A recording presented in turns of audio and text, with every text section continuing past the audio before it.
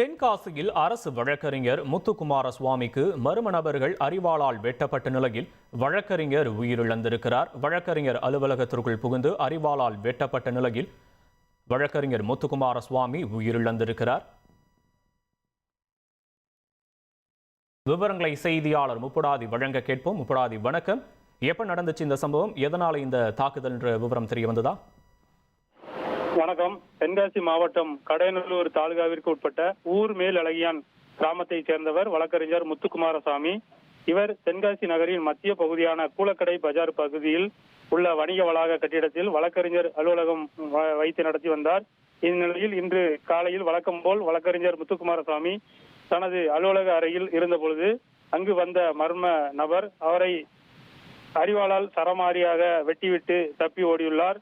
தகவல் அறிந்ததும் தென்காசி போலீசார் சம்பவ இடத்தில் வழக்கறிஞரை மீட்டு 108 ஆம்புலன்ஸ் மூலமாக தென்காசி அரசு மருத்துவமனையில் சிகிச்சைக்காக சேர்த்தனர். அங்கு வழக்கறிஞர் முத்துக்குமாரசாமி சிகிச்சை பலனின்றி பரிதாபமாக உயிரிழந்தார்.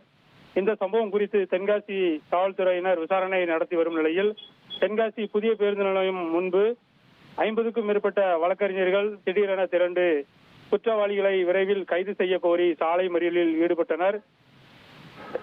இச்சம்பவ இடத்தில் தென்காசி மாவட்ட காவல் கண்காணிப்பாளர் அரவிந்த் வழக்கறிஞர்களுடன் பேச்சுவார்த்தை நடத்தி வந்தார்.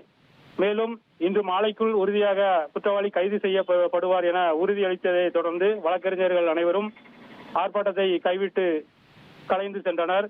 மேலும் தற்பொழுது வழக்கறிஞர் உயிரிழந்த சம்பவம் தென்காசி மாவட்டத்தில் பெரும் பரபரப்பை ஏற்படுத்தியுள்ளது. குற்றவாளியை போலீசார் வலைவீசி தேடி வருகின்றனர்.